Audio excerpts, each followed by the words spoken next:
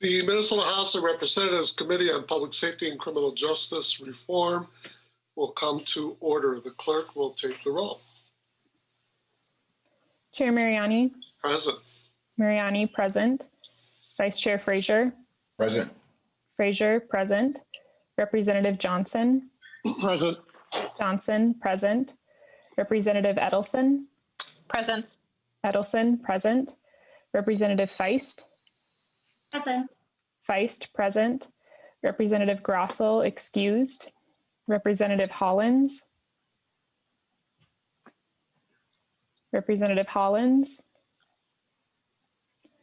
Representative Hewitt. Present. Hewitt, present. Representative Cleavorn. Present. Cleavorn, present. Representative Long. Present. Long, present. Representative Lucero. I'll put the hat on for roll call. Lucero, present. Representative Mueller. Mueller, present. Mueller, present. Representative Novotny. Present. Novotny, present. Representative O'Neill. Present. O'Neill, present. Representative Pinto. Present. Pinto, present. Representative Poston. Present. Poston, present. Representative Raleigh. Raleigh, present. Raleigh, present. Representative Vang. Present. Vang, present. Representative Zhang. Here. Zhang, present. Representative Hollins. That concludes the roll. There is a quorum present. Thank you, clerk and members. Today we have Laura Sparkman, who's pinch hitting for us.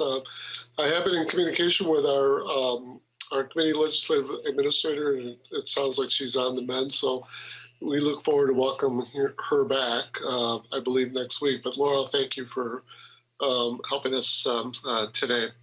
Members, there is a quorum that's present. This hearing is being conducted remotely on an electronic platform pursuant to Minnesota House Rule 10.01, Emergency House Operations in Response to the COVID-19 infectious disease pandemic requiring public health exercise of social distancing.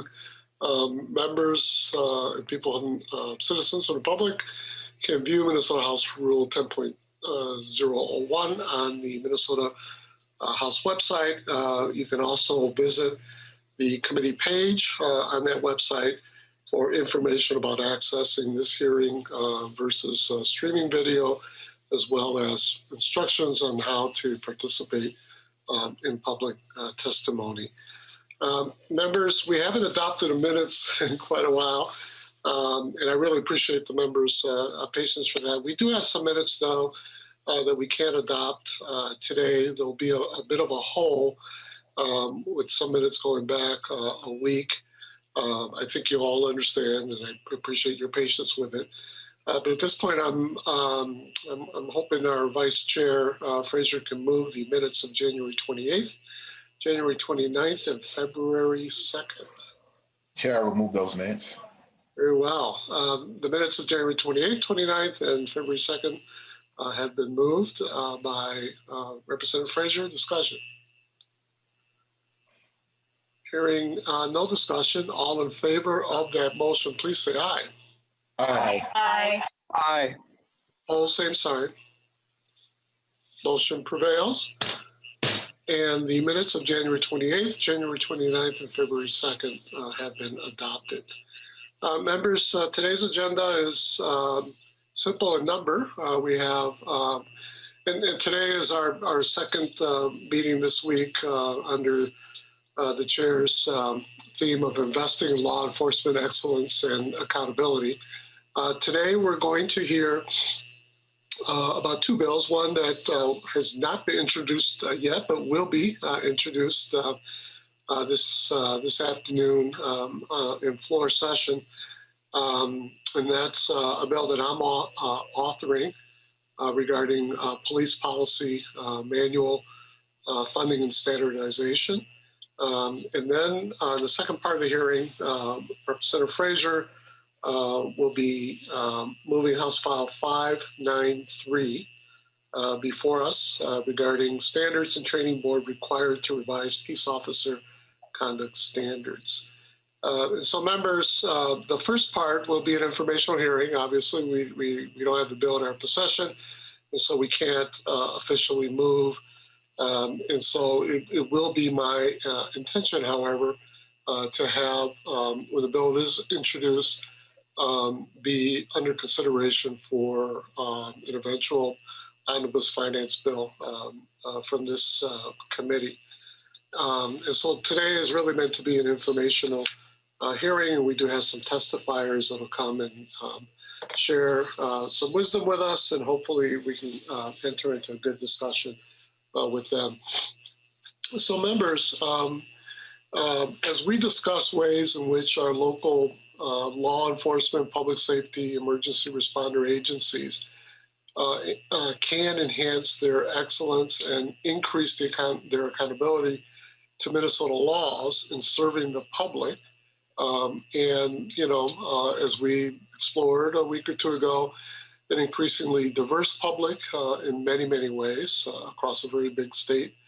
It seems to me that the state should constantly look for ways to assist that ongoing development. We can do that, I believe, by providing financial help to cover the costs of updating law enforcement agencies' policies as they adjust to changing laws. For example, changing federal immigration rules, or recent judicial decisions, or to new evolving conditions in their communities and new expectations from their citizenry in their jurisdiction. One way in which all professions do that is to connect with emerging best practices in other similar jurisdictions, in this case either across the state or across the nation. These are often, in turn, informed by research and experiences in the field, and preferably are evidence-based in nature. An efficient way, I believe, for a state to see that this happens, this constant evolution and updating work happens, is to have an agency in the state that can do the legwork, if you will, of identifying experts who can work with local, in this case, local LEAs, law enforcement agencies, to access best practices and offer advice on how to use this for updating their policies and procedures. And I think that as an incentive, especially for LEAs that are struggling with resources, is to have the state provide funds for access to such experts. There is much work, admittedly, to do in details in the bill that will be introduced, so I won't be moving the bill today, as I mentioned, we can't anyway. But I wanted to open up the discussion here on what the needs, what the benefits, and what things to look out for would be on this issue, so we can entertain this as part of our finance omnibus bill later. The bill language before you is quite simple. It creates a grant program at the post board for this purpose that I spoke of, and identifies broadly what characteristics the board should look for in a qualified public safety policy and training expert to provide consulting services to local LEAs. And so to enrich the conversation and inform ourselves, I've invited representatives from law enforcement, including the post board, to share their advice and their expertise with us. And I have three testifiers that I'll call forward. First, I have Sheriff. Oh, and there's also, before I forget, there's also a letter that was submitted by a Greater Minnesota sheriff or chief. Oh boy, I think he's a chief. That is should be a part of the record. And at some point, I'll call on Representative Johnson, who may want to comment on that letter. And so let's start off with Sheriff Troy Heck, Benton County Sheriff's Office, on behalf of the Minnesota Sheriff's Association. Sheriff Heck, if you can come forward. And I hope I'm pronouncing your last name correctly. Yes, you are. Thank you very much, Chair. Welcome. Thank you all for the opportunity to talk to you. Just briefly about me, I've been with the Benton County Sheriff's Office for 26 years now. The last 6 of those, I've been the sheriff here. I've worked in a number of capacities in the Sheriff's Office.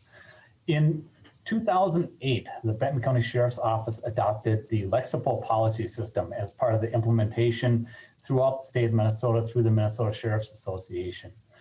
At the time, I was assigned the job of implementing this system in our agency.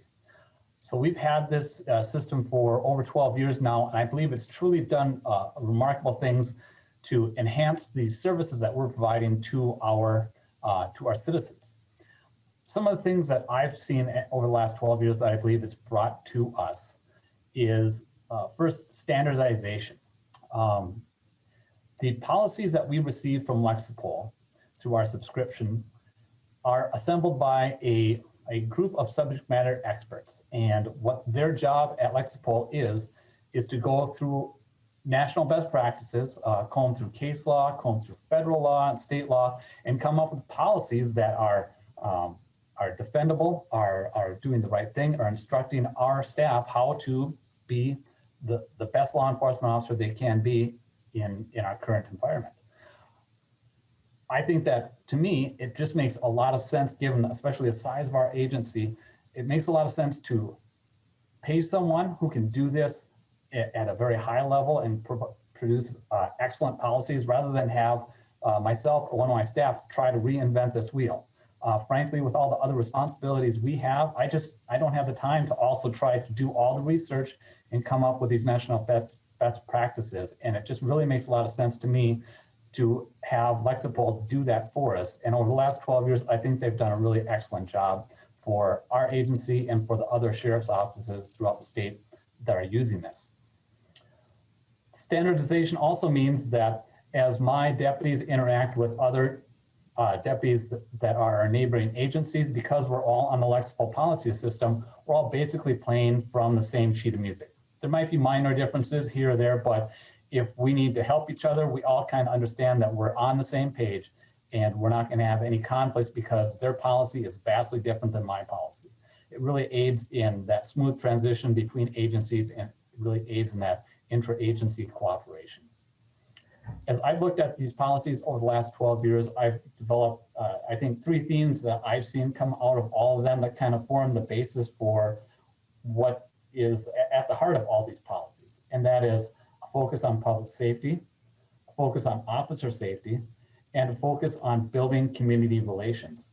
And through those 3 focuses, it really sets a tone for, again, the direction that we want to point our law enforcement agency to make sure we're doing the best we can for our citizens. Another advantage I see to the Lexipol policy system is that it's scalable. The policies are written so that they are pertinent and applicable for agencies of all sizes, whether the agency is a Metro Sheriff's Office that has hundreds of employees, or the agency is maybe a small sheriff's office in the northwest corner of the state that has just a handful. These tenets are there to apply to all these agencies, and with a modest amount of work on the front end to customize and tailor these policies to your agency, you come away with a very robust and a very nice system of policies that helps guide your employees through a multitude of different situations that they're going to run into. You're able through the system to add in policies that apply to you. For instance, maybe you have a bike patrol or a canine program. There's policies for that.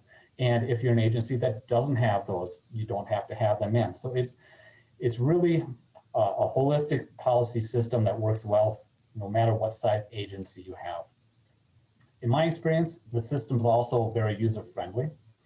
Like so many other things these days, the policies are stored online. So if you have an internet connection, you can get to the policies. You don't need to go back to the office to find the policy manual and search through it, the paper, page after page. It's stored online. You can access it. My deputies can access it on their squad computers. They can access it on a mobile device through an app that Lexipol has, or of course, at their desktop computers, they can also access it from my office. The policies are well organized. They're searchable. if I wanted to find all the policies that have use of force in them, of course, like everything else, I type that in the search bar and it spits out all the policies to me that have the word use of force in them. So it's very easy to find the information. The policy system has a nice and robust group of features on the back end for managerial operations so that myself or my other administrators can go into the system and we can check to see are all of our deputies, have they acknowledged all the most recent policy changes. It's important to make sure everybody is up to date and up to speed. We can track that. We can make sure they're staying abreast of all the changes. And we can also track their training progress on these policies. And that brings me to what I think is one of the biggest advantages that the Lexible policy system brings is that training. The Lexible policy system has what they call daily training bulletins. Now, all policy systems throughout the state, regardless of who generates them, they're very content dense. I mean, these are really thick books. There's a lot of information in there. It covers a lot of topics, and it's very difficult for anyone to read through that very dense policy book, remember and recall all that stuff if you only see that information maybe once or twice a year. The daily training bulletin system presents each officer with a daily reminder of a policy or a portion of a policy. So it takes them about 5 minutes at the start of their shift to go through this daily training bulletin. The structure of the bulletin is such that it presents you with a scenario. Some of them are actually based on real world events. It has a discussion point about that scenario. It displays the policy that they're training on or the portion of policy, and it has an analysis about how that policy applies to that particular scenario. Once the deputy finishes reading that, they're presented with a question to test their knowledge. Once they pass that question, that daily training bulletin is done, and now they can move on. The reason why I think that's critical is today, peace officers are called upon to make critical decisions, sometimes with little time to process what all the possible options are or what all the consequences might be.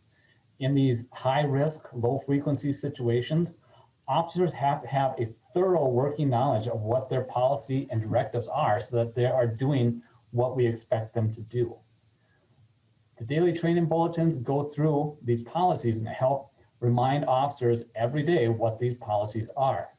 Now, while these daily training bulletins cover virtually the entire policy book, it focuses primarily on these high risk, low frequency events that really require us to have that policy down pat and automatic.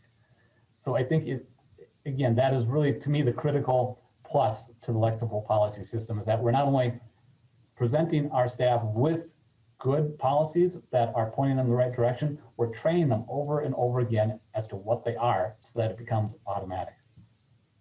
So just to summarize my comments, again, I believe that Lexible presents well-researched, well-written policies that can be adopted by agencies of any size with a reasonable amount of effort. That the policy system is user-friendly and provides these critical ongoing training, daily training bulletins that equip peace officers with the knowledge they need to serve the people of Minnesota. So with that brief overview of my thoughts on Lexible, I'd be happy to field any questions that the members of the committee may have. Let me unmute. Terrific. Thank you, Sheriff Hack. I've got several questions, and I suspect that other members will as well. What I'd like to do is hear from the other two testifiers, and hopefully, if you're able to hang around. If not, let me know. But then we'll do questions and have a conversation. I will say a little prerogative of the chair that I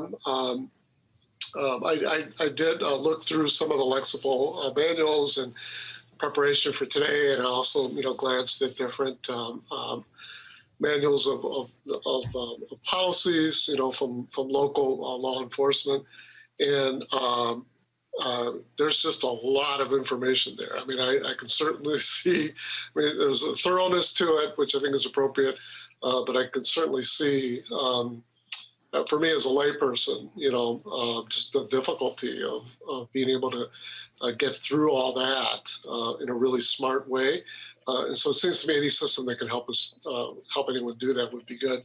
I also know that from speaking with several law enforcement experts over the years that on this issue of training that there's I believe, a misconception that once you train the person like once, the person's trained. It just doesn't work that way in any profession or in life in general, that there is a building of habits and comfort and almost like a muscle memory kind of analogy in terms of constantly exposing, being challenged, being offered different scenarios on a given particular principle. So I'm really intrigued by one of the things you shared relative to, in this case, a platform that offers that. I suspect there may be some other platforms as well, and hopefully that'll come out in our conversations as we go forward. So thank you again for your testimony. And really quick, Sheriff, how big is your department? We have 29 sworn staff, including all of our staff, sworn and non-sworn. We're about 80 people. Okay, thank you. Looks like no, you didn't. On my end, there was a freezing that went on. All right, very well. Let's move on. Thank you again, Sheriff. Next, we'll hear from Chief Jeff Potts, Bloomington Chief of Police, on behalf of the Minnesota Chiefs of Police Association. Welcome to the committee, Chief. Well, thank you, Mr. Chair, and for the members of the committee. Just to be clear, I'm now retired as the police chief in Bloomington and have assumed the role of executive director at the Minnesota Chiefs Association. So, Mr. Chair, thank you for allowing us a few minutes here just to speak today. Minnesota Chiefs Association, representing more than 300 chiefs across the state, supports this concept, as the chair said, it's not quite in bill format yet, to offer training and policy development funds. We support the ability for agencies to opt in to a grant program like this. As was mentioned, I won't duplicate a lot of what the sheriff spoke about, but there's a lot of value in consistency and as well as the training bulletins that are offered by this particular program. Although we know there are significant startup costs and ongoing costs associated with a partnership like this, and because of that, we feel it is left best to the agency to determine whether or not they participate in a program like this. We want to make sure the committee knows that moving to this legislation would not necessarily lead to policies being exactly the same from one agency to the next. I think Sheriff Heck would even agree that his agency at 29 sworn and nearly 80 is different than a police department that has one officer. And while they still may adhere to best practices, we think it's important for those agencies to do policy development in partnership with their community. We call that the co-production of policing. It's a fairly new concept that it's important to let agencies develop their policies with their community instead of it being a exact policy across the state. Now, there are certainly some policies that need to be more consistent than others, but our association believes that policy development should definitely be done in partnership with the community. What Chief Arredondo does in Minneapolis may be a little bit different than what Chief Bolt does in Minnesota, and just need to recognize that in this legislation as we move forward. Mr. Chair, that concludes my comments today. Thank you for the time.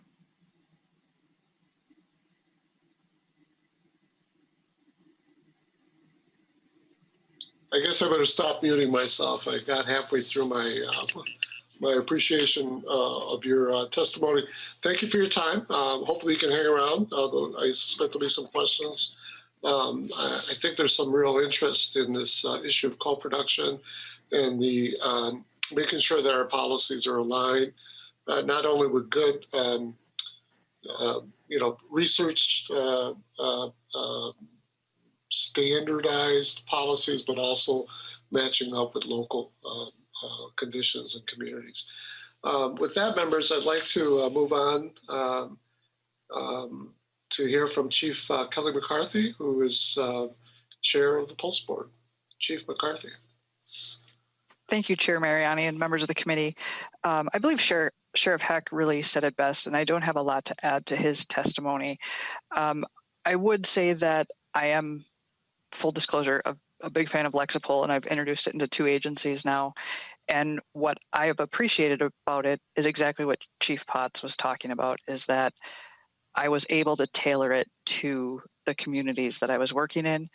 I was able to send out draft policies and get community feedback and then make my changes from there. And I really appreciated having that framework without me having to reinvent the wheel. But I think it's important for members of this committee, so I can just kind of bring it home, is since I've been at the post board, every policy that groups have brought to this committee asking for the post board to have a mandatory policy on are contained within that Lexipol policy manual. So if nothing else, it might end up in less work for you and the committee. So I'm happy to stay around for any questions. Very well, thank you, Chief McCarthy. So let's open it up for questions. And feel free to use your hands indicator, and I'll wait to see if there are any questions. Representative Johnson. Chair Mariani, I've actually been a member on here besides, I believe, Representative Novotny as well. I've used LexiPool. It's a good program. The biggest concern I have is the size of it.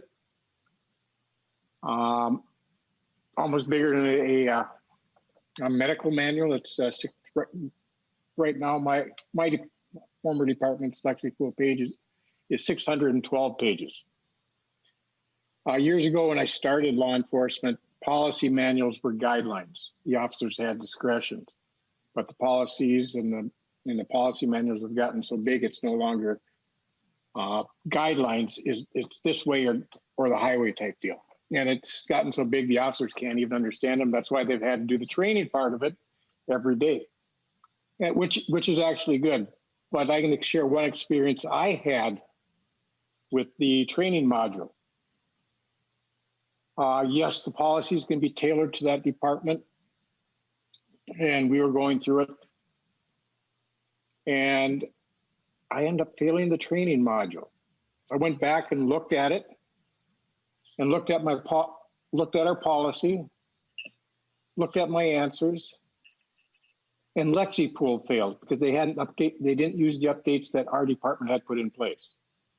So it's got to be real careful that they're not teaching the wrong policies that your department have. And we brought that up. We finally got that fixed, but it's an issue that can happen. So you have to be real careful on that. And I'm just concerned about the size of the policy manuals have gotten, and they're to the point now where they have more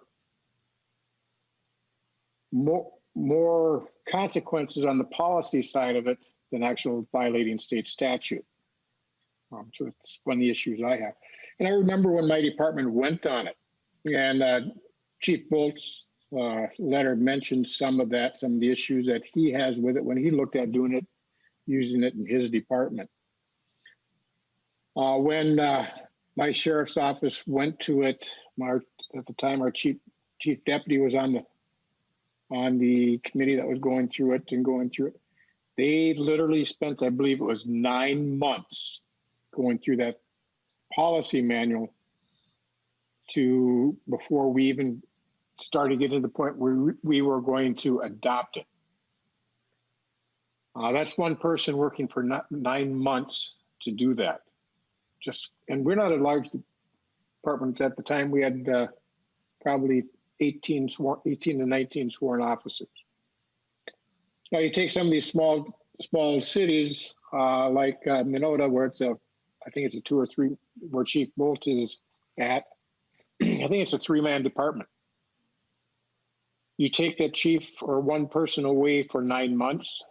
That's not possible in those small departments in order to get them set up to make them more towards their city and their community and the issues that are going on there. So it makes it hard for them to actually make their policies for their community when you do something this large. LexiPool is a good thing, but it's not for everybody. And I know the way the bill is written, I went through online and Googled and searched and searched and searched and searched and searched. Other than you might as well name Lexipool because they're the only ones that qualify, which I think is the wrong way to do this. It's just like the Department of Transportation when they do bids for road construction projects. And I'm going to use the example of a $7 million bathroom in my district. The way the bids were written out for them to people to work on it, nobody that lived in that area within a 20-mile radius of that project could even bid on it because the way a bid process was started. And that's doing the same thing. I've looked up on the internet and there's some other good companies out there that do fabulous work, some even here in Minnesota, but the way the bill is written, they can't even consider being considered. And I'm also concerned by setting it up this way that it's a one where the states start mandating what policies they can have and basically what company you can have. When is the state going to come in and say, this is the policy for your community? You have no options. You have to use this. I don't care if it's take it or you have nothing type of place. I think these policies should be able to be more set up what the community wants. The cost of Lexipool is expensive, especially in the initial setup. There's no question about that, because to go through 612 pages of policy to tailor it to your small 1, 2, 3-man department there's not the manpower to even do it. So that's my concern on this. I hope you understand that. And I think Chief Bolt's statement is right. A statewide policy fails to appreciate the difference in agencies as regards to size, structure, and resources. So I do have trouble with this. I like the concept, but I don't want to make it instead of a community policy. The more and more we go down this road, we're getting into the state is running our police departments, and it should be community led. If the state's going to start doing this, maybe I don't know where we're going to go. We're going to end up with a state police department instead of a community police department. That's where the people that live there actually know their community. All right, thank you, Representative Johnson. You raised a number of issues. So let me just say very quickly that I certainly would welcome an opportunity to work with you and others around language that can address a number of these issues. I don't think you can be too careful, particularly on that last issue. I think part of what we try to do in our state is to keep that a right balance, with the state's important duties as well as those of our local law enforcement agencies. The current language doesn't have a mandate in it, either in terms of participating or adopting a particular policy. But if there are ways to strengthen that language, I am certainly open to do that. I am struck by Chief Pott's sharing of the co-production framework that apparently is taking more and more hold in our law enforcement agencies, which I think speaks to a number of your issues that you raised. And I think Chief McCarthy also raised those issues, and I think Sheriff Heck has some experience with that as well. I do want to make sure that other members get to ask a question and or make a comment. So before I turn to my testifiers to respond to anything here, let me just call on Representative Otney. Representative Otney. Thank you, Chair Mariani. And just briefly, there are other policy groups out there. We had originally done Lexipol, and as Representative Johnson stated, it is an onerous task to get through the initial setup. Every week going through a couple of different policies and knocking that out. We'll say what, by the time you're done, you know your policy manual really well. We did switch over to a different one called Power DMS right before I retired. Same layout, but One of the advantages I think about Lexipol is it's guided by Gordon Graham, and anybody that's ever sat through a Gordon Graham presentation, it's a good example of how law enforcement should be. So, and then going to the mandatory policy, just in the little time I've been on public safety, I think about the mandatory policies that we've already added on. I sat through 2 audits of post board when I was in charge of training, and just putting together the mandatory policies that you have for post board right now takes up quite a bit of time. So it's a slippery slope, I suppose, but something we need to keep in mind. And that's all I have to say. Okay, very well. Thank you, Representative Devani. I'm wondering if any of our testifiers wish to offer any comments or advice or other things that we might be thinking about as well as we explore this possibility.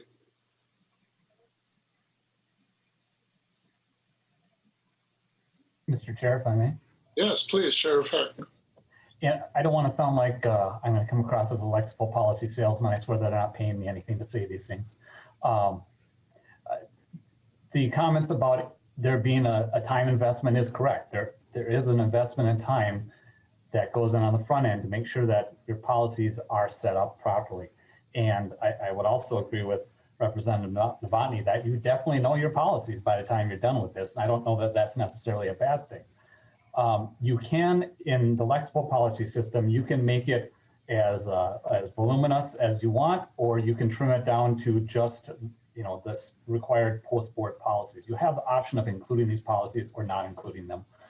And by no means am I here to say that Lexipol is completely without problems. I think any IT-based system has its issues, and you're going to run into those. And for me, the important part is that whatever system is chosen be thorough, complete, and have that training component. I think those are the key things that, if someone were asking me what needed to be identified in a future policy system, those are the 3 things I pick out.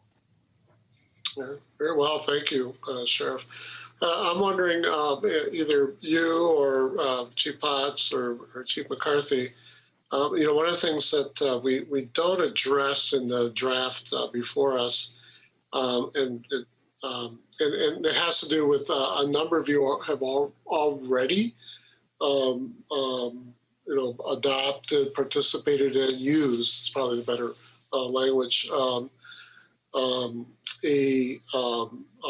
platform, whether it's Lexipol or Power DMS. I think one of the things we'll need to think about if we move forward with this is what do we do with those departments that already are using something?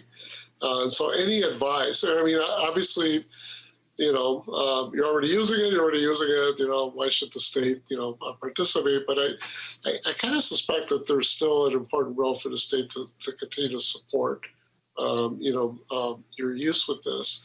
But any words of advice relative to that issue, I'd appreciate it.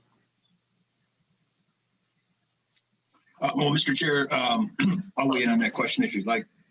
Please. Mr. Chair and members, I think one thing is for the committee to know that the acquiring a software system or package like Lexipol, as has been mentioned, takes some time, several months. But also there's a significant startup cost that, as you mentioned, there's probably agencies who have already spent those dollars. I'm familiar with one of our member cities, City of Corcoran Police Department uses this, a department of about 10 officers. Their annual costs for maintaining that are in the neighborhood of $3,500. And so I think one thing that's going to be important in the future, I'm not certain you're going to be able to go back and reimburse for the startup costs, but moving forward to attract more cities to do this, I think including the startup and the renewal costs will be important to bring more agencies on board and keep those who are currently using it. All right, very well. Thank you, Chief. All right. Well, thank you. I don't see any other questions or comments from members. Thank you for everyone for allowing the chair to vet this idea out. There's still some work that needs to happen on it. And Representative Johnson, I'd love to work with you to make sure that whatever language we come forward, if we do it, that we're addressing some of those concerns that you've articulated. So again, thank you, Sheriff Heck from Benton County, Chief Potts, who is affiliated with the Chiefs Police Association, recently retired Bloomington Chief of Police, and Chief McCarthy for being with us here today. Look forward to continuing to working with each of you on this issue. Thank you much. With that, members, we're going to go on to the second part of the agenda, which is House File 593, and Representative Frazier, you're up. Thank you, Chair. Do I need to make a motion to move this once we're done? You would be strongly advised to do so. I believe. Go ahead. I would like to make the motion to move this to the General Register. Very well. Representative Frazier moves House File 593 be referred to the General Register. Representative Frazier, to your bill. Thank you, Chair, and thank you, Lee Johnson and other committee members. House File 593 will require the Post Board to prohibit a peace officer from affiliating with, supporting, or advocating for white supremacist groups, causes, or ideologies. I think this is a timely bill. As we all remember, on January 6th, we all watched in horror as our nation's capital was stormed by a mob. The mob insurrection resulted in 5 deaths and caused Congress to delay the certification of the presidential election. There have been numerous arrests over the past few weeks connected to the events on January 6th. What we're learning is that dozens of the participants were members of white supremacist organizations and active or retired members of law enforcement. As the investigation of the Capitol insurrection continues to unfold, we have learned that one of the participants killed during the insurrection was an Air Force veteran and QAnon follower. There have been 2 Virginia police officers arrested, as well as 2 military veterans arrested in connection with the insurrection.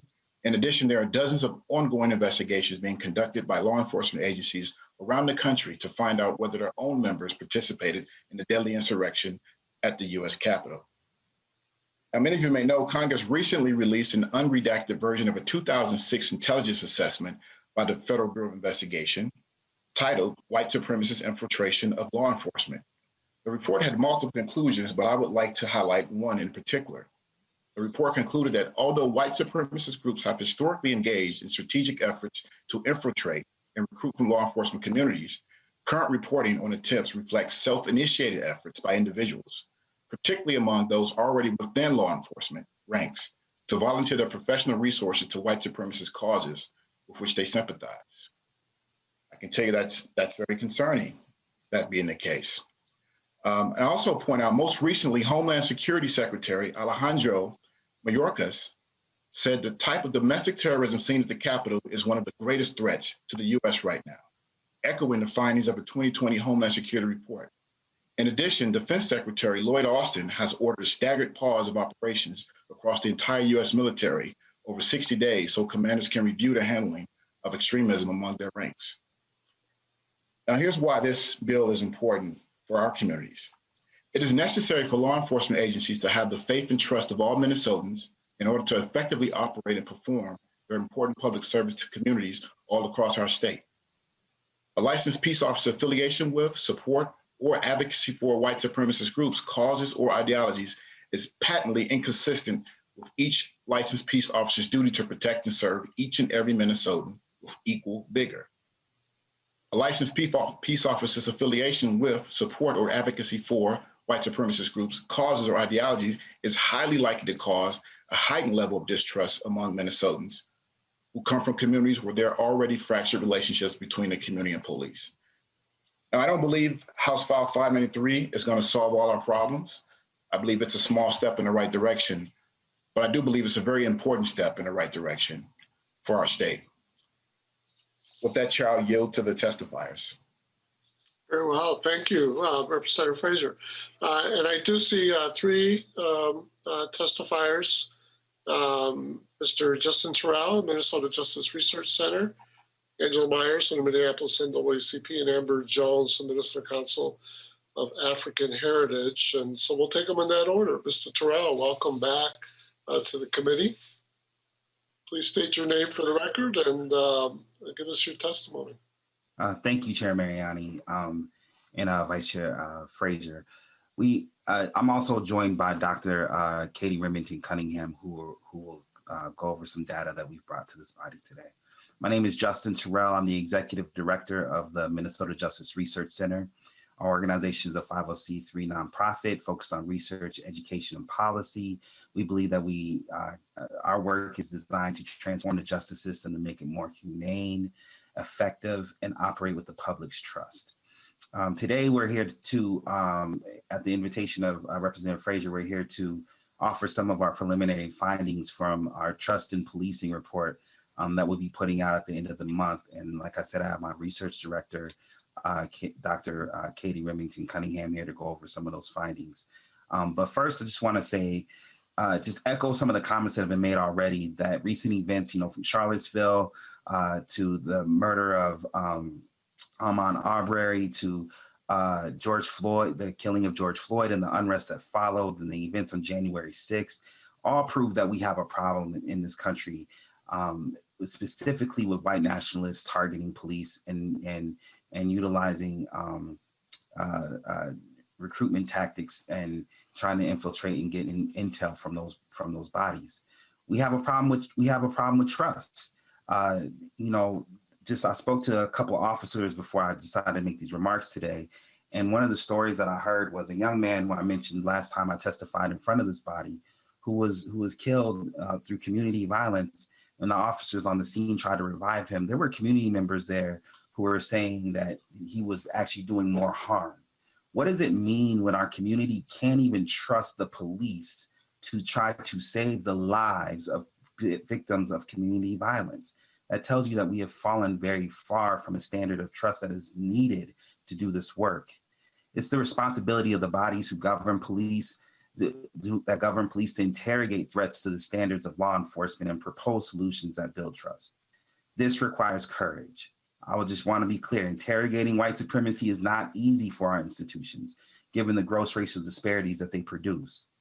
But in doing so, will reveal a shameful and terrible patterns of behavior that have produced the unrest and calls for liberation we see across the globe today, calls that started here in Minnesota. But like it or not, it is your job to do so. People need you to interrogate this issue and do whatever you can to fight against the #1 domestic threat in our country, which is white nationalism. We believe doing so will build trust. And we prepared just a summary of some of our preliminary findings from the report that we're producing. And I'll pass it to Dr. Remington Cunningham to speak on those findings. Very well. Welcome to the committee, Dr. Cunningham. Please state your name for the record and please provide your testimony. Great. Thank you so much, Chair, and thank you, Justin, for that introduction. My name is Dr. Katie Remington Cunningham, and I am the research director for the Minnesota Justice Research Center. And I just want to talk sort of briefly about our work on trust in policing, which, as Representative Frazier mentioned, is really timely work. So my background, I have a doctorate in developmental psychology and education and have studied trust and concepts, relational concepts like that for a long time. And to trust is human. Psychologically speaking, we are wired to be trusting. And it's a critical and important relationship between communities and public service entities like police. And so I want to think about, when we think about trust, we also think about beyond just trust between individuals, trust in systems and in roles. So digging into the data on what that trust looks like, since 1993, Gallup has conducted a survey on public confidence in policing, and trust has hovered between somewhere around 50 and 64%. And this past year, that number dipped below 50%. So for the first time in 27 years, the majority of the surveyed population do not trust the police. And when we look at data like this, it helps to dig a little deeper into this data, to look at the data disaggregated. And what we find is that this trust and confidence really varies depending on the race of the population surveyed. So since beginning these surveys, Gallup has found persistent differences between Black and white Americans. And as of 2020, that difference was the largest it's ever been, with 56% of white adults reporting a great deal of trust and confidence in police compared to just 19% of Black adults surveyed. So what this looks like closer to home, a recent poll conducted by the Council for Minnesotans on African Heritage, which Amber will probably talk a little more about, demonstrated that in Minnesota, we have a higher trust overall in police, but that gap remains. So 81% of white Americans felt they could trust the police always or most of the time, and only 51% of Black Americans felt this way. So with this data, we dig into the reasons for these differences, and we understand that centuries of historical inequalities, inequities, and injustices have really limited the ability of many to trust the police. And we understand too, as Representative Frazier mentioned, that there's a large issue here, and the relationship between policing and white supremacy is really as old as our system of law enforcement. But we focus today on the explicit role of white supremacy in policing as a barrier to the development of trust. And as it turns out, incidences of police engaging in white supremacist hate groups and acting on and explicitly expressing these white supremacist ideologies really abound. So I want to talk about a report Georgetown scholar Vita Johnson really dug into some incidences in which police officers, including high-ranking officials, were found expressing overtly racist beliefs and also direct connections to white supremacist hate groups. And she found this existed across 49 states and over 100 police departments, and that's just since 2009. So she goes back to the history of this, but she also points to really more recent examples in places like Florida or Louisiana of officers appearing in photos, giving Nazi salutes, supporting white supremacist tattoos, and even attempting to explicitly recruit members into the police force from a local KKK chapter. In Minnesota, she touches on incidences in Rochester, in Minneapolis, in Burnsville, highlighting the nature of this problem closer to home. And these are only examples in which there were scandals or they garnered public attention and outcry. So this does not include data on everyday complaints that might happen of incidences like this. And so as Representative Frazier mentioned, as it turns out, there's not a lot of data on this, but the data that we do have is actually coming from the FBI. So we have to rely on our intelligence agency to tell us that this is a problem, and they have for over a decade. So they've been warning of this danger since 2006. And also in 2015, so nearly 10 years after this first intelligence report, they continue to find and warn evidence of directly linking police officers to domestic terror groups and white supremacist groups, and we still have no policies in place to prevent this. So this is a problem for community and a problem for police. And I think that's important when we think about this sort of two-way street of trust. So I'll just close by saying that trust is important, also because a large body of research in the field of criminal justice demonstrates that we're actually more likely to obey the law when we believe our system of policing is legitimate and when we have trust and confidence in our police. And in order to have trust, we need transparency. And I'm not the only one that says that. In fact, the International Association of Chiefs of Police, among other law enforcement organizations, has advanced this concept of what they call procedural justice as a really critical strategy for building trust and legitimacy in communities. And one of the 4 pillars of procedural justice is transparency. So we need transparency on affiliations and ideologies that directly affect the ability for a police officer to do their job with legitimate trust from community. So I'll end there, and we're gonna really report in a couple of weeks with a lot more detail on this, but we really appreciate you all giving us the time to chat. Very well, Dr. Cunningham. I look forward to seeing that report. And then, Mr. Terrell, I think we can move on to the next testifier for now, but please, if both of you are able to stick around for question and answer, that would be greatly appreciated. So next we have Angela Myers, who is president of the Minneapolis NAACP. Welcome back to the committee, Ms. Myers. Please state your name for the record and give us your testimony.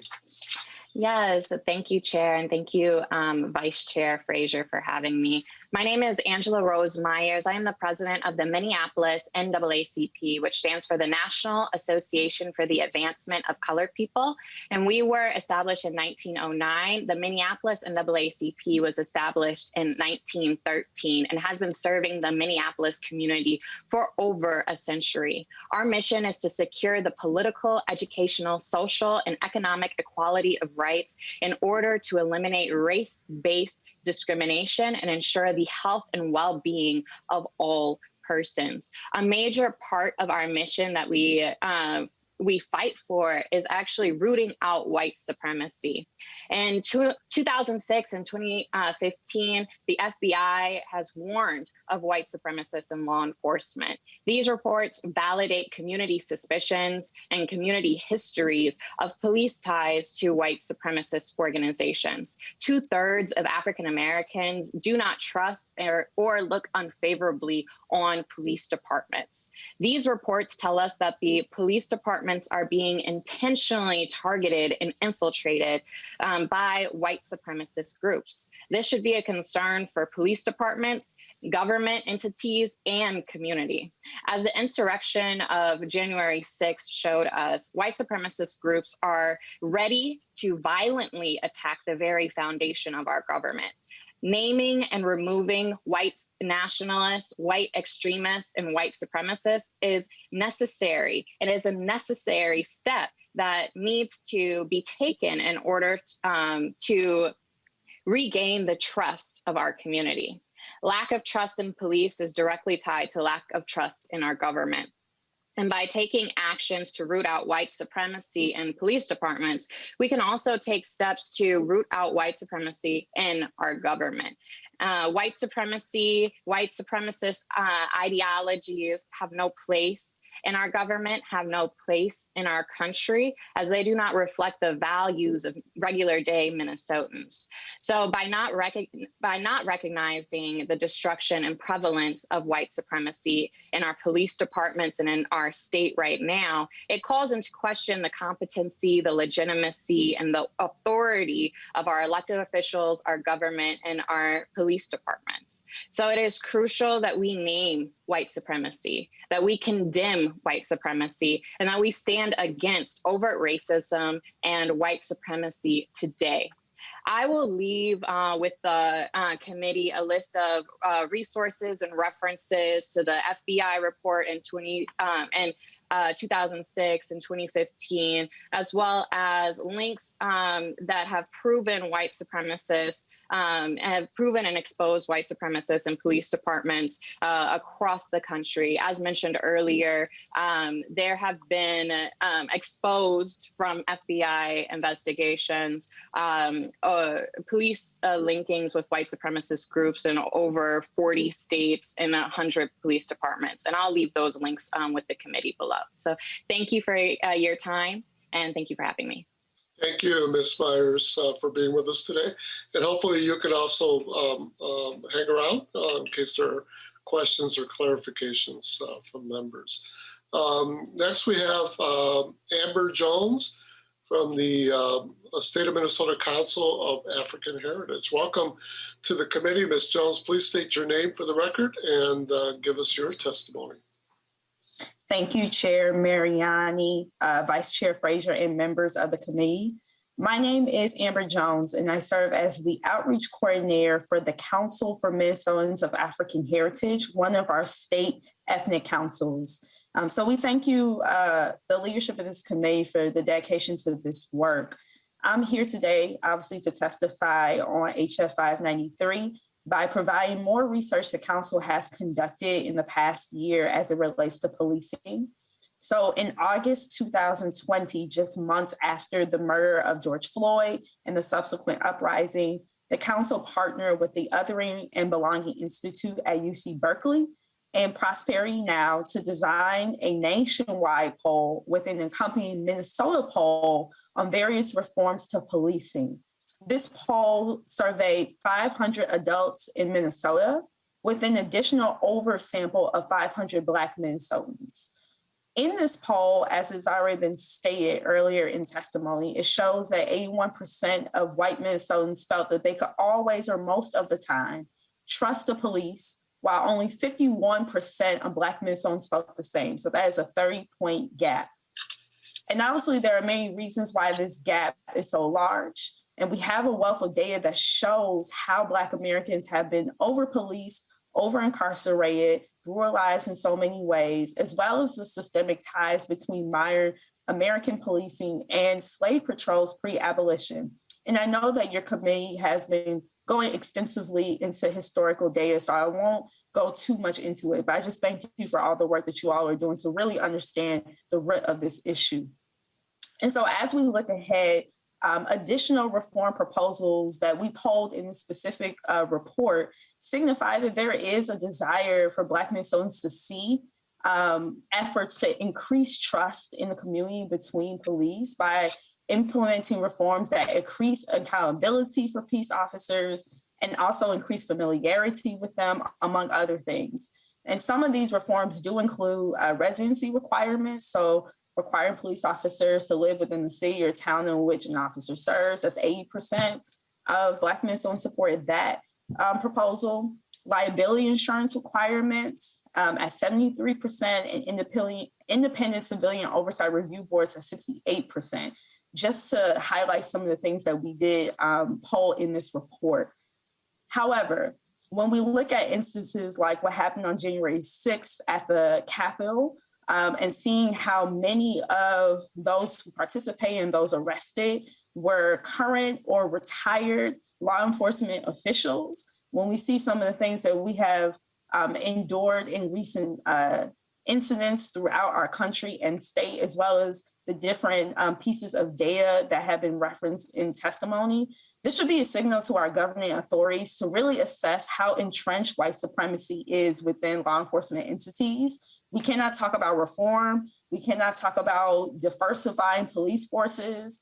We cannot talk about making progress in our justice system if we don't address this issue, because it is deeply poisoning and plaguing our systems. I just actually read today in the news that an officer in Louisiana who is Black, he actually took his own life. And before he did that, he talked deeply about his experience in the military and in law enforcement and how some of these ideologies really affected the way that he could show up in the workplace. And so this is a really important issue that we should really take seriously. And we are definitely in support of these conversations about how is a state that we can really address the issue, because it will remain a critical barrier in building trust in Black communities if it's not addressed.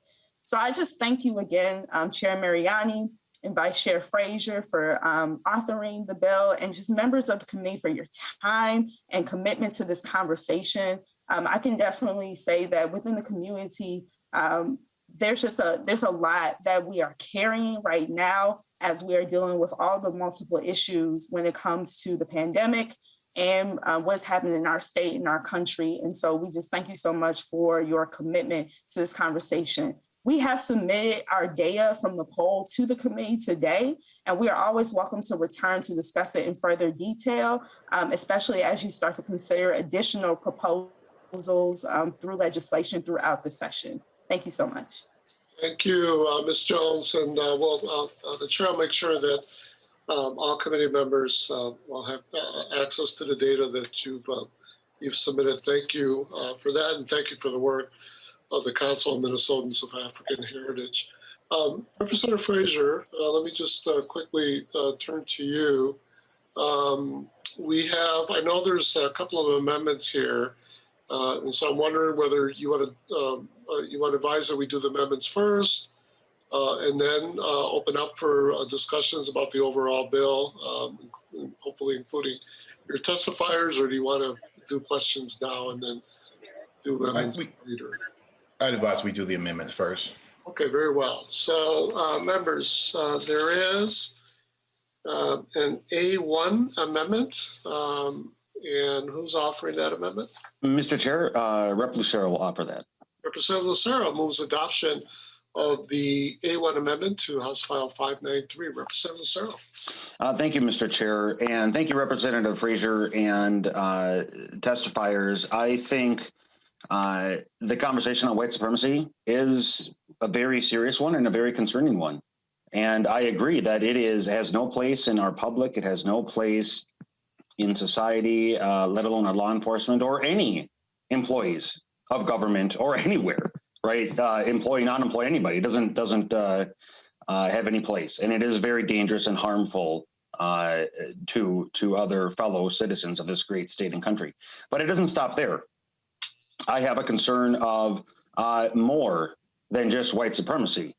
Those that might affiliate, associate, be organized with, promote, and a list of those, which is what my amendment seeks to do. The amendment reads to expand and not focus on just white supremacy, but also to focus on international or domestic extremist groups that the Federal Bureau of Investigation has determined supports or encourages illegal or violent conduct. And from the website from the FBI, I have several examples of those. They include international violent extremist groups such as Al-Qaeda, Al-Shabaab, Hezbollah. If people are engaged or affiliated with those, I would be very concerned, or am very concerned. Radical environmentalist groups, eco-terrorism. We've seen numerous examples of that, of criminal lawbreakers violating private property, destroying private property, and I would not want any law enforcement or anybody to engage or associate with such violent radical environmentalist groups. Continuing on the list of the FBI, they have animal rights fanatic groups, right? We've seen these fanatics that believe that animal lives are worth more than human lives. And they're dangerous liberation terrorists. I recall at the U of M several years ago, some criminal animal rights fanatics, they broke in and they released a bunch of, I don't know what it was, rats or ferrets or something to that effect into the wild, and they all just got eaten by snakes and owls and stuff, and a violation of private property rights. Anarchist extremists like Antifa, we certainly don't want people affiliated or associated with Antifa, criminal lawbreakers and violent extremists, and the list goes on. And members, so I would hope that there would be the interest in expanding those groups that we're concerned with affiliation, promotion, and ideology. So thank you, Mr. Chair. Thank you, Representative Lucero. There is an A2 amendment to the amendment, and who is offering that? That'd be Representative Frazier. Representative Frazier moves adoption of the A2 amendment to the A1 amendment to House File 593. Representative Frazier. Thank you, Mr. Chair. So listening to Representative Lucero's comment, there are many ways that I agree that I wouldn't want some of those violent groups in the ranks of our law enforcement. What I will say, though, it is very important that we maintain the white supremacy language within this bill. As you heard from the testifiers and as you heard from myself as well as I presented, this is about building trust within the Black community. And a large part of that is addressing the issue of white supremacy. What we learned from the Capitol insurrection is that the other groups that you name, those groups have not been identified as groups that tried to overthrow our government. Those groups have not been identified as groups that are historically, or at least within the last decade or so, are making intentional efforts to infiltrate our law enforcement groups. So I just want to make sure we focus on what the clear and present issue is, but I absolutely do not disagree with addressing other groups as well. So therefore, my amendment to your amendment would maintain the language of the original bill as drafted, but it would adopt your amendment, and it would also include a definition of white supremacy. Very well. Discussion. Representative Lucero. Thank you, Mr. Chair. And just a couple of questions then to the author of the amendment to the amendment. When I'm looking at line 1.4, I think that there's a mistake here. So it reads on line, so 1.4 of the amendment to the amendment, page 1, line 2, delete everything after line and insert, quote, 10, comma, before the period, comma, insert. And there's no end quote. So I'm not quite sure when I put that in comparison to my amendment, it clearly doesn't make any sense. So I'm just hoping you can clarify. I'm going to request that we get, I'm sorry, Chair. No, I was about to say, I think we're going in the same direction, Representative Frazier, and perhaps we should call on legal counsel to help us through this. Yes, Chair, that's what I was going to say.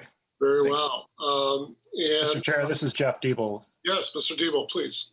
Yes. So the amendment will achieve Representative Frazier's objective of having the underlying provisions of the bill maintained and adding the clause that Representative Lucero has asked. So it would be both provisions would be in there. We engrossed the bill with the two amendments, and the language does work.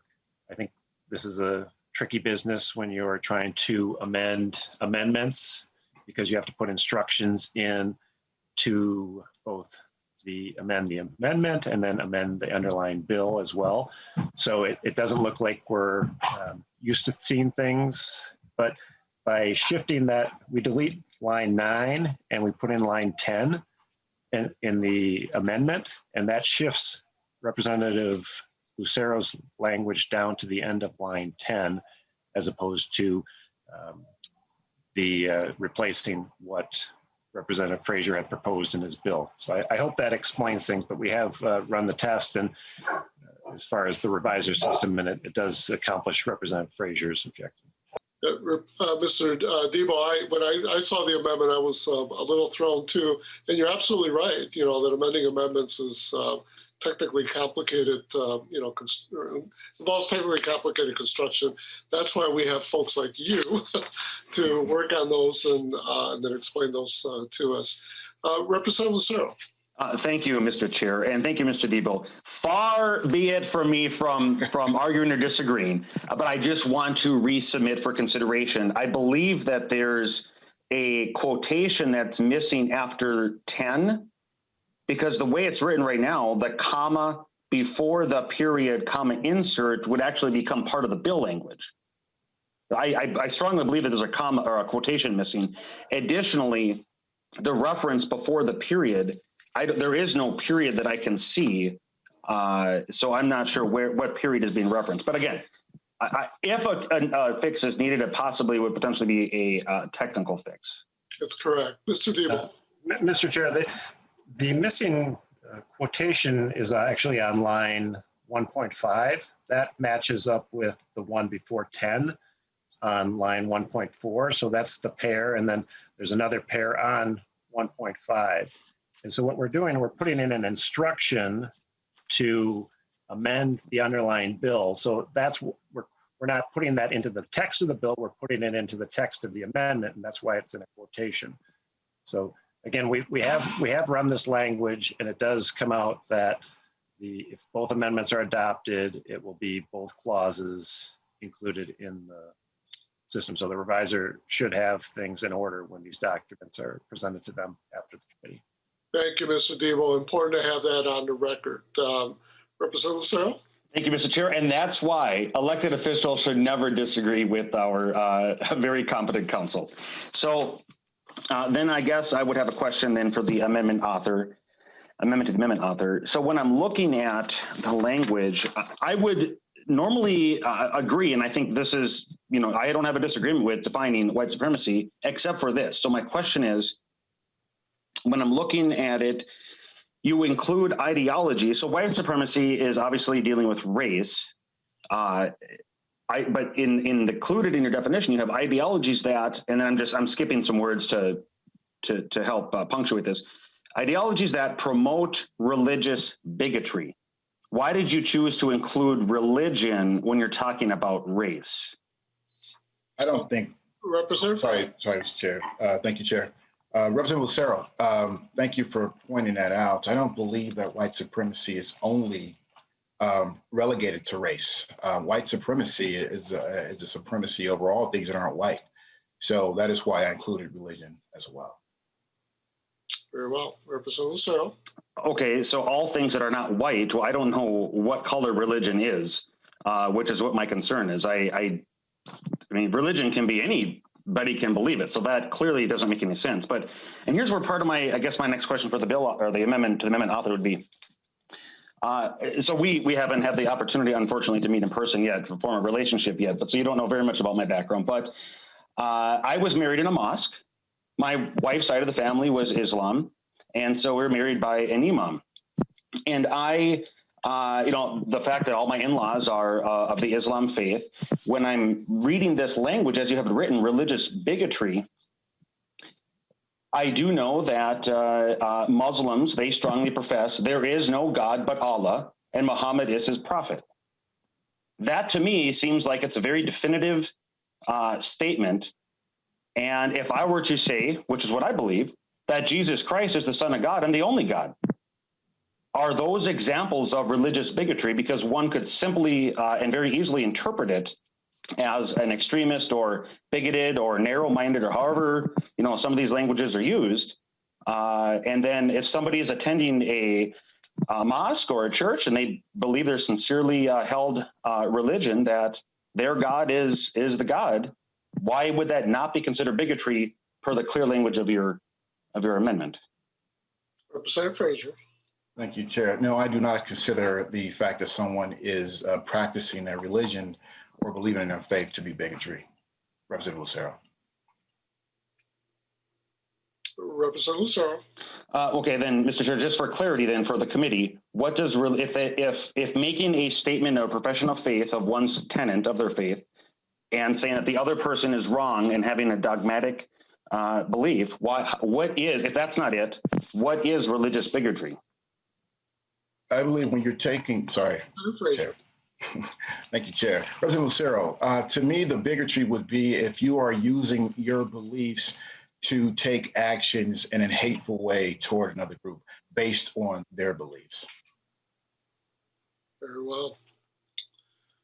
Representative Lucero, we're kind of pushing the clock here, so. Okay, thank you, Mr. Chair. Well, then I won't want to ask you more questions, but I'll put forward. I think, so Representative Frazier, he said that to me, what bigotry means.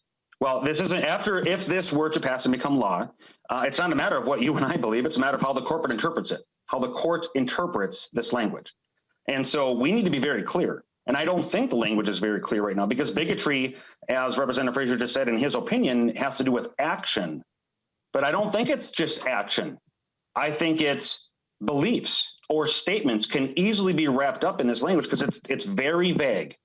It's very vague, and that's what concerns me. And for this reason, Mr. Chair, I would hope that we don't adopt this and just allow for an opportunity for it to clean up the language. Again, I'm not opposed to defining white supremacy as you're attempting to do, but I think it's short-sighted to include religion as part of a definition of race. Fair enough, Representative Lucero. I would share with members that, and this is part of the a large part of the reason why we have committee hearings, because occasionally a court will look for legislative intent. That legislative intent then is articulate or found in articulations by the constructors of the language, and then the vote that either affirmative or, well, it would be affirmative if it becomes a law, based on the testimony and the intention being articulated by the author. Mr. Chair. Thank you, Mr. Chair. Yes, I was going to make that point. I think I've been very clear about what the intent of this what the intent of this bill is for. I think the testifiers have also affirmed and been very clear about what the intent of this bill is for. I will also offer, Representative Lucero, that you may withdraw your amendment and we can move forward with the bill as is. Fair enough. Representative Novotny. You might be muted, sir. Thank you, Chair Mariani. I'm going to try to switch back to my previous page here. But just a question for the author on the language, and since the language is what I'm speaking about, I want to make sure that we're on the same page. So just as a clarification on line 111 of your amendment, after describing, what a white supremacist is, line 11, it's comma, or seek to exacerbate racial and ethnic tensions between BIPOC and non-BIPOC. So the question be for the author is that anyone that engages in trying to separate those two groups would anybody but then by that definition be considered a white supremacist? Representative Frazier. No, Representative Novotny, that is not the intent. Representative Novotny. Well, that's why, as Representative Lucero was pointing out, having enforced statute and coming up with charging documents, that's the kind of thing that I think we need to clear up in your amendment is if you're going to make an allegation for one group to do, you're making this label, but by your definition, if you just read it for what's there, that's not what it says. Very well. Representative Raleigh. Thank you, Mr. Chair. This question is to the amendment to the amendment. The first question that I've got is on line, the question is on line 1.10, and it says that white people are superior to Black, Indigenous, and people of color, which we now define as BIPOC. Could the author please explain the difference between a capitalization of the word Black, a capitalization of the word Indigenous, and the lowercase use of the word white, which is also found in line 1.8, please? Representative Frazier. There is no particular meaning other than the emphasis on those particular communities. Representative Raleigh, thank you for that question. Very well. Representative Long. Mr. Chair, I'm still waiting for you to call back on me. Oh, I'm sorry. You had another question. You did say that. I apologize. Yes, please. Thank you, Mr. Chair, and I apologize for correcting the chair and calling that out. Would the author please take a look at, I've got another point of this one is, I did a search on all of the statutes from the 1851 territorial statutes to the 2020 Minnesota statutes, and I looked for the spelling of white as it relates to either capitalization or lowercase. I was able to find in section 169.202 the definition of white canes as it relates to the blind utilizing a white cane. 469.088 defines White Bear Lake. 253B.212 tells us about the White Earth Band, and part 626.2.0800 defines white fish. Could the author please point us to the definition of the word white, please? Representative Raleigh, I don't think it's the author's intent to describe an all-inclusive definition of the word white. Mr. Chair, if I may then, as a follow-up to that, to your clarification, we had testifiers that said that there are white extremists, white nationalists, white supremacists, and it was told to us in testimony that the #1 domestic terrorist is white, and then fill in one of those as either a supremacist. Mr. Chair, I have to comment to this. This is ridiculous. Representative Frazier, please hold on. Representative Raleigh, can you please get to the point? Absolutely. We're defining various races, and it says in your amendment that that ethnic tensions between BIPOC and non-BIPOC or engage in patently hateful or inflammatory speech, intimidation and violence against BIPOC, but it does not state anything in the reverse. And so the clear definition of a word has to be in the statutes, and in this, if it becomes law, this will become the law of the land. And an interpretation by a court based off of our testimony today and based off of what is being meant by these words absolutely have long-ranging effects. Because again, I'm going back to the testimony that we received today, and I appreciate all the testimony, but if white supremacy is the #1, I wrote it down, the #1 domestic threat, then why does the FBI list Bahadur Kashmir Chalani Patel, Alejandro Rosales Castillo, and I can list the other that are listed there as the top 10 most wanted? And yet I don't see anywhere on the FBI list that they list fentanyl or they list COVID or any others as the number one. Representative Raleigh. Yes, please, Mr. Chair. Please, sir. This could probably go on for quite a while. The author was quite intentional and clear from the beginning that this legislation addresses, in fact, a category of people and behaviors that the federal government itself has identified as the number one threat, a domestic threat, as you cited. He's using the exact same descriptors that you're going to find in those FBI reports that our testifiers did identify. But Representative Frazier, please, a quick addition that I want to move on. Just quickly, I think this is Representative Riley. Thank you for those comments and for those questions. Just quickly, this is a very serious issue. We lost law enforcement officers on January 6th. We're losing community members due to white supremacy. I want us to move forward in a thoughtful and intentional way to let our community know that it's very important that our law enforcement is there to serve everyone equally with vigor. Very well. Thank you, Representative Frazier. Thank you, Representative Raleigh. These are tough conversations, and I totally appreciate probing one another in terms of what our intent and clarity, because we are, in fact, making law. So I appreciate the opportunity to do that. Representative Long, and then members are going to, Representative O'Neill, if I can get to you, but Representative Long. Thank you, Mr. Chair. I'll be brief. I just wanted to respond to 2 quick points. First, the Associated Press capitalizes both Black and Indigenous, but not white, and they have a very good explanation of why they do that. And they explain that Black and Indigenous share history, identity, and community, and that white individuals do not. And so that's why they've made that decision.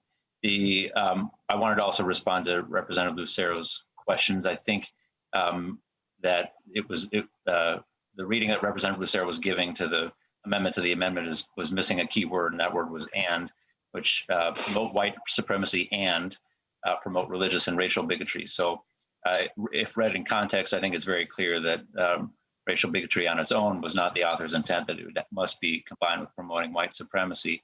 And I'll note that white supremacist groups have a long history of religious discrimination, including against people of the Jewish faith and others. So I think the intent's clear if it's read in context. Thank you, Mr. Chair. Very well, members. We're almost out of time. We have the Representative Frazier's motion to amend the A1 amendment with the A2 amendment. The clerk will take the roll on the vote. Clerk will take the roll. Mr. Chair, are we taking a roll on every? I don't think there's a roll have to be called, I guess. Representative Lucero, I am advised that in this platform, it is best for us to do that. Thank you for the clarification. Clerk will take the roll on the A2 amendment. Chair Mariani. Aye. Chair Mariani, I believe that was Representative Poston. I thought that didn't sound like Representative well, thank you, Chair. Representative Poston, we're in the middle of a roll. No, I know I'm confused about what we're voting on, Chair. Is this the amendment to the amendment? That's appropriate, Representative Poston. We are voting on the A2 amendment to the A1 amendment. Thank you. Thank you, Chair. Thank you. The clerk will take the roll. Chair Mariani. Aye. Mariani, aye. Vice Chair Frazier. Vice Chair Frazier. Aye. Frazier, aye. Representative Johnson. No. Johnson, no. Representative Edelson. Aye. Edelson, aye. Representative Feist. Aye. Feist, aye. Representative Grossel, excused. Representative Hollins. Aye. Hollins, aye. Representative Hewitt. Hewitt, aye. Hewitt, aye. Representative Cleavorn. Aye. Cleavorn, aye. Representative Long. Aye. Long, aye. Representative Lucero. No. Lucero, no. Representative Mueller. Mueller votes no.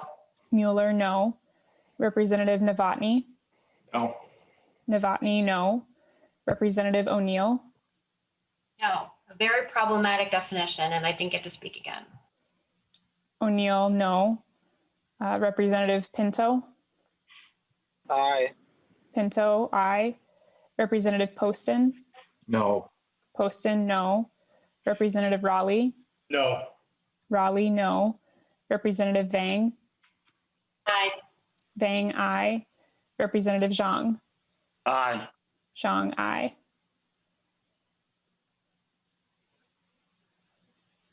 And that's 11 ayes and 7 nays. And a vote of 11 ayes, 7 nays, the A2 amendment to the A1 amendment is adopted. Representative Lucero, moves adoption of the A1 amendment as amended. The clerk will take the roll. Mr. Chair, I was going to final comments. Representative Lucero, we frankly do not have time. It's appropriate to either withdraw your amendment or just continue with the roll at this point. I guess I'll have to take the floor then. All right, we'll see you there. The clerk will take the roll on the A1 amendment as adopted. Chair Mariani? As amended, I meant aye. Mariani, aye. Vice Chair Frazier? Aye. Frazier, aye. Representative Johnson? Representative Johnson, aye. Representative Edelson? Aye. Edelson, aye. Representative Feist? Aye. Feist, aye. Representative Grossel, excused. Representative Hollins? Aye. Hollins, aye. Representative Hewitt? Aye. Hewitt, aye. Representative Cleaborn? Claiborne, aye. Cleaborn, aye. Representative Long? Aye. Long, aye. Representative Lucero? No. Lucero, no. Representative Mueller? As amended, no. Mueller, no. Representative Novotny? As amended, no. Novotny, no. Representative O'Neill? As amended, no, and still very problematic. Terrible definition. O'Neill, no. Representative Pinto? Aye. Pinto, aye. Representative Poston? No. Poston, no. Representative Raleigh? Representative Raleigh? No. Raleigh, no. Representative Vang? Aye. Vang, aye. Representative Zhang? Aye. Zhang, aye. 12 ayes, 6 nays. On a vote of 12 ayes and 6 nays, the A1 amendment as amended is adopted. Representative Frazier renews his motion that makes his motion that House File 593 as amended be referred to the General Register. The clerk will take the roll. Chair Mariani? Aye. Mariani, aye. Vice Chair Frazier? Aye. Vice Chair Frazier, aye. Representative Johnson? No. Johnson, no. Representative Edelson? Aye. Edelson, aye. Representative Feist? Aye. Feist, aye. Representative Grossel, excused. Representative Hollins? Aye. Hollins, aye. Representative Hewitt? Hewitt, aye. Hewitt, aye. Representative Cleaborn? Claiborne, aye.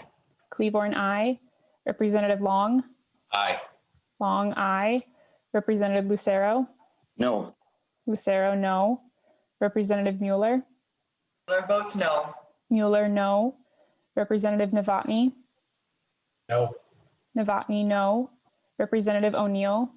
Not after it's been amended, no. O'Neill, no. Representative Pinto? Aye. Pinto, aye.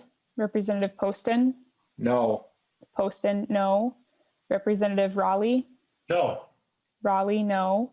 Representative Vang? Is there a second opinion? Vang, aye. Representative Zhang? Aye. Zhang, aye. 11 ayes, 7 nays. Members, on a vote of 11 ayes and 7 ayes, the House File 593 as amended is referred to the General Register. Members, we will meet again tomorrow at our regular time at 10:30 a.m. We have 4 bills before us, including the Gomez bill, House File 640, regarding Citizen Oversight Council, similar to a bill that this committee passed last year. House File 75, Mueller on forfeiture, limitations on forfeiture. House File 237, a Quam bill that we also heard and passed in this committee last year on confidential informants. And then I'll have a small bill regarding the advisory council we created in the Pulse Board in last year's Minnesota Police Accountability Act. So members, until that time, this committee stands adjourned.